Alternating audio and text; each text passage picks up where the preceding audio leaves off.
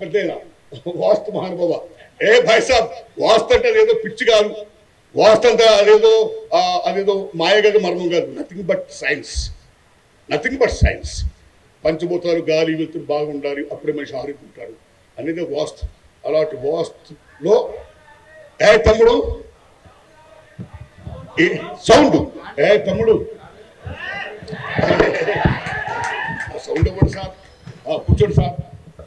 మీరు మాట్లాడితే గట్టిగా వస్తుంది, కూర్చోవద్దు కోటేశ్వరరావు. సో అలాంటి గొప్ప వాస్తు పండితుడుగా నిజంగా ఈవేళ మన భారతదేశంలో ఉన్నది ఓ బెస్ట్ వాస్తు శిల్పిగా పేరుగాంచినటువంటి మహానుభావుడు తేజ గారికి ఇవాళ ఏదో వాస్తు శిల్పి అంటే మా అన్న సుద్దారావు అసోపియతే కాదు, నేను కూడా సుద్దారావు హనుమంతు బిడ్డనే, నేను కూడా కవిత చెప్తా అని దుమ్ము లేకుండా దెబ్బకి అశోక్ కెన్నెడ్ గా సార్ కౌలుచుకున్నాడు ఆయన.